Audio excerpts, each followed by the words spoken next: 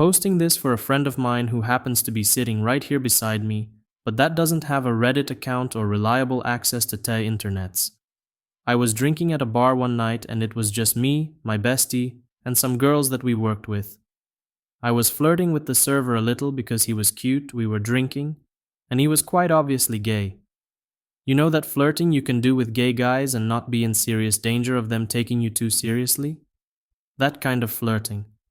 My bestie apparently didn't notice that he was gay, even though he had told us when we had been there in the past, even though we had seen him at the local gay club with his boyfriend. Anyway, my bestie starts talking about how I always get the hot guys. Jokingly at first, but then I slowly realize that she may not be joking. She is on a 5-minute long monologue.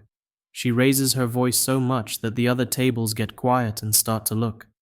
This kind of thing happens occasionally in bars, so people don't pay it much mind after it ends. The monologue ends. I apologize because at this point I'm seriously reevaluating my actions and trying to make sure I wasn't being lame and hogging all the male attention or anything like that. I wasn't, but I was kind of teary-eyed right then and trying to think it over. Bestie goes to the bar for another drink. She wants to get away. That is okay. That is what she does when mad. She distances herself for a bit, works it out in her own head, and everything is all right. What I didn't know was that she went to the bar for a mug of beer. She then smashes it into my head from behind, which knocked me out and gave me a concussion. She then takes off running out of the bar before anyone can grab her. She went from smash to out of the bar in about 1 second, from eyewitness accounts.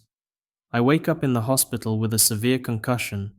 I had stopped breathing and had to be intubated to keep me from asphyxiating. There was no fracture, so that was good, and I was lucky it didn't stop my heart according to the doctors. My family and other friends were great, but there was still no sign of ex-bestie. I cried for hours and was released from the hospital the next day and told that I needed to come back immediately if I blacked out, had seizures, etc. The police came and took a report. I gave them all the information that they wanted.